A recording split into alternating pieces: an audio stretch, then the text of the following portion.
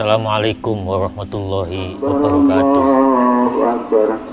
Hari Raya Idul Adha, umat Islam seluruh dunia melaksanakan pemotongan hewan kurban. Dan ini adalah tiap tahun dilakukan oleh umat Islam sedunia yang jumlahnya sekitar 1,3 miliar.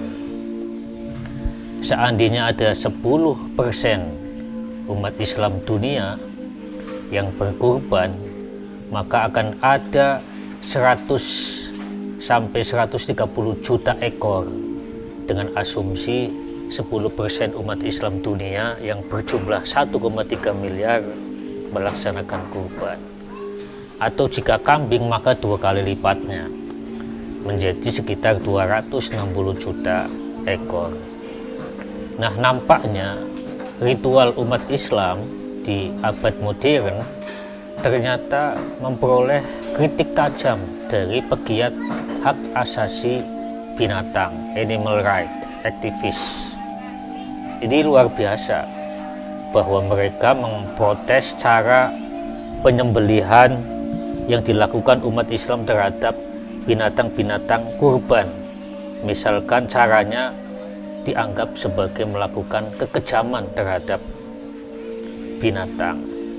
Inilah pembahasan video ini akan diarahkan, apakah benar bahwa umat Islam melakukan pelanggaran terhadap hak asasi binatang sebagaimana dikritik dan dilayangkan oleh para pegiat hak asasi binatang terutama di Eropa dan Australia.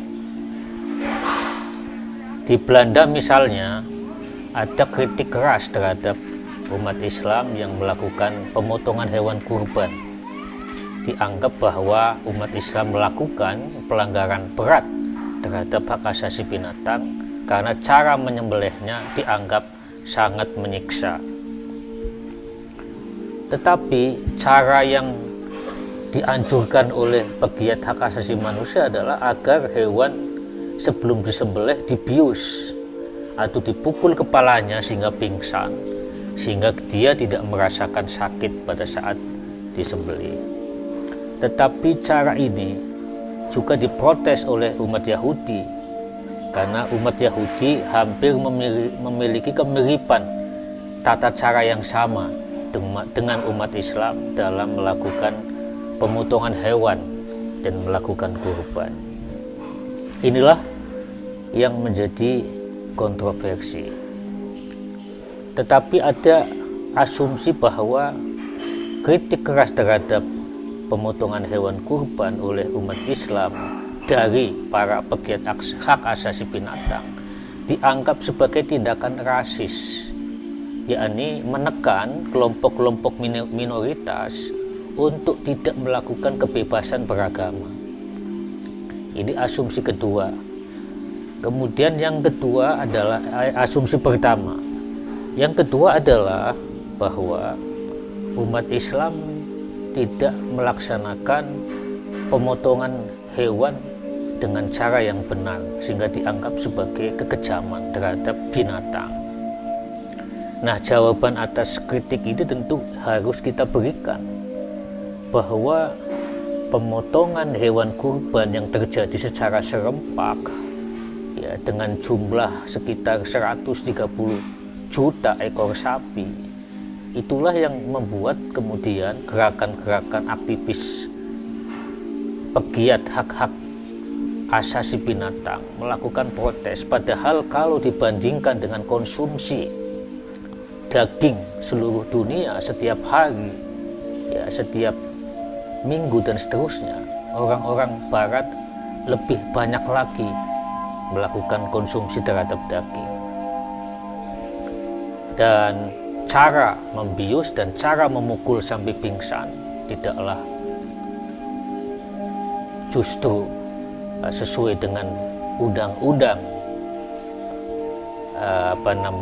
perlindungan hak-hak asasi binatang yang intinya adalah bahwa hak-hak binatang itu satu, bebas dari haus dan lapar. Kedua, bebas dari rasa tidak nyaman. Yang ketiga, bebas untuk mengekspresikan perilaku alami mereka. Yang keempat, bebas dari stres, ya. Kemudian yang kelima adalah bebas dari rasa sakit dan dilukai. Nah, hak-hak hewan sebagaimana dicantumkan dalam beberapa butir undang-undang itu adalah dapat ditegakkan oleh syariah Islam dalam penyembelihan, bahwa ada oknum-oknum yang melakukan beberapa yang tidak benar, itu bukanlah gejala umum, tapi dapat dianggap sebagai kasuistik. Berikutnya adalah bahwa setiap tahun, ya, ada seorang aktivis, mantan aktris dari Prancis, Brigitte Bardot, yang kira-kira pada tahun ini berusia 85 tahun. Aktris terkenal setiap tahun melakukan protes terhadap aktivitas atau ritual pemotongan hewan kurban pada Idul Adha. Tetapi kemudian tuduhan terhadap dia adalah dia sering bersifat rasis terkait dengan ritual ini. Sesungguhnya yang melakukan ritual pemotongan hewan bukanlah milik agama Islam, tetapi hampir semua agama itu punya ritual ini. Misalnya Buddha di Sri Lanka itu juga diprotes, dan protesnya lebih mengarah pada intoleransi. Juga di Brazil, penyembelihan hewan untuk dipersembahkan kepada ruh dan seterusnya. Nah, dengan demikian bahwa kesadaran lingkungan juga merupakan atau perlu diperhatikan oleh umat Islam agar terus memperbaiki mutu pemotongan hewan kurban, sehingga bukan saja memenuhi unsur-unsur syar'i, tetapi juga memenuhi hak-hak asasi binatang. Tetapi kalau kita melihat fenomena bahwa sapi-sapi akan disembelih, kemudian mereka mengamuk di berbagai jalan, maka ini adalah gejala yang menggambarkan bahwa belum ada metode penyembelihan hewan kurban secara lebih baik. Mungkin perlu ditemukan teknik penyembelihan hewan kurban yang lebih berkualitas, yang memenuhi syarat-syarat syar'i dan juga hak-hak asasi binatang. Dengan terus meningkatkan kualitas penyembelihan kurban di setiap Idul Adha, maka mudah-mudahan kritik terhadap pemotongan hewan kurban yang dulu pernah diprotes oleh Australia dan dimasukkan dalam TV-TV di sana, dan kemudian Australia juga tidak mau menerima atau memboikot ekspor sapi dari Indonesia, maka itu semua ada manfaatnya, hikmahnya. Hikmahnya adalah agar kita semua juga memperhatikan hak-hak asasi binatang. Yang kedua, dapat meningkatkan kualitas cara dan metode penyembelihan hewan kurban. Dan yang ketiga, kita juga harus berimbang bahwa penyembelihan kurban yang dilakukan secara serempak adalah bisa dianggap sebagai membuat keberimbangan populasi binatang di bumi ini. Di samping tentu saja dibandingkan dengan konsumsi daging dari negara-negara maju seperti Eropa, Amerika, Australia, dan seterusnya, yang dapat berlebih banyak lagi, berlipat-lipat dibanding negara-negara berkembang, untuk dijadikan stik dan seterusnya, maka tidaklah adil kritik-kritik keras terhadap ritual hewan kurban pada umat Islam.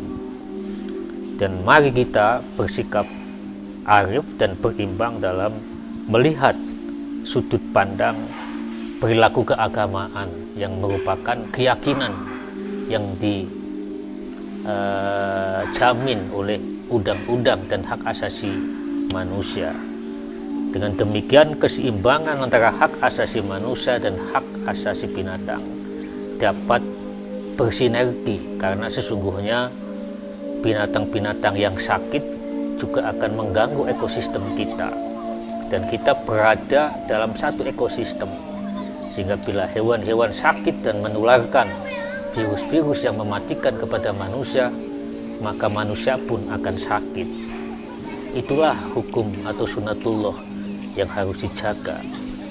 Wala tufsidu fil ardi, janganlah engkau berbuat kerusakan di muka bumi.